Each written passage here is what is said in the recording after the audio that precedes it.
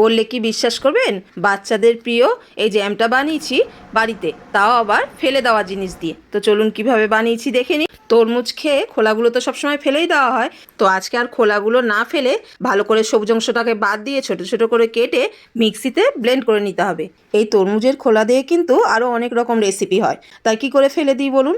তরমুজের খোলার যদি আরও অন্য রেসিপি দেখতে চান কমেন্ট করে কিন্তু অবশ্যই জানাবেন। খোলাটা ব্লেন্ড করে নিয়েছি, চলে যাব পরের স্টেপে। এরপর কড়া বসিয়ে পুরো পেস্টটাকে ঢেলে দিতে হবে। কড়াইয়ে পুরোটা ঢেলে দিয়ে ভালো করে কিছুক্ষণ ফুটিয়ে নিতে হবে। এই সময় পাশে একটা মিশ্রণ বানিয়ে নেব। 1 টেবিল চামচ জেলেটিন দিয়ে 1 বাটি জলের মধ্যে ভালো করে মিশিয়ে নেব, জেলেটিনটা যতক্ষণ গুলে না যায়।